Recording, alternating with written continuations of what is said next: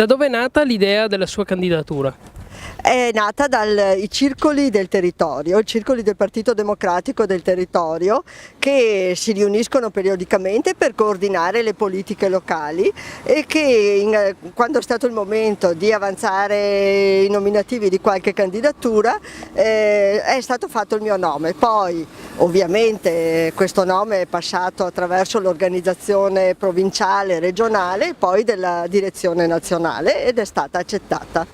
Ho anche in questi giorni maturato alcune idee rispetto per esempio ai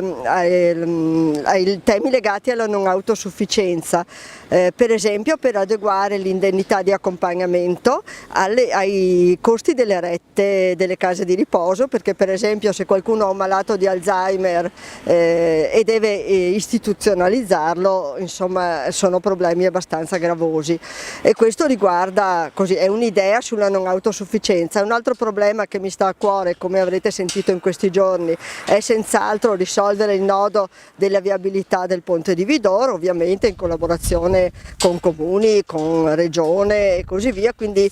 fare in modo che siano fatti i passi necessari per realizzare questo. Poi rispetto ai giovani mi interessa lavorare perché i contratti a tempo indeterminato possano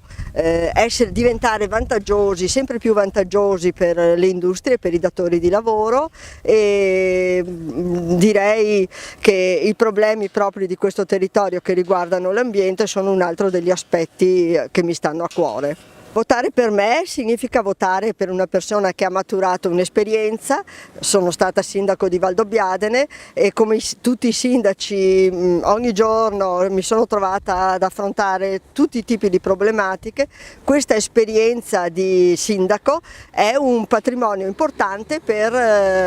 operare anche in ambito parlamentare, cioè fare le leggi sapendo che cosa si va a fare è sicuramente un aspetto fondamentale. Vi invito a votare per me perché un voto per me è un voto anche alle politiche del governo Gentiloni che ha fatto uscire, ha fatto in modo che l'Italia uscisse dalla crisi in cui era stata lasciata e sta via via cercando di portare a una crescita. Sono stati affrontati numerosi problemi che riguardano tutte le politiche economiche, ma anche le politiche ambientali, ma anche le politiche che mi stanno a cuore per il sociale, e quindi votare per me significa procedere su questa strada.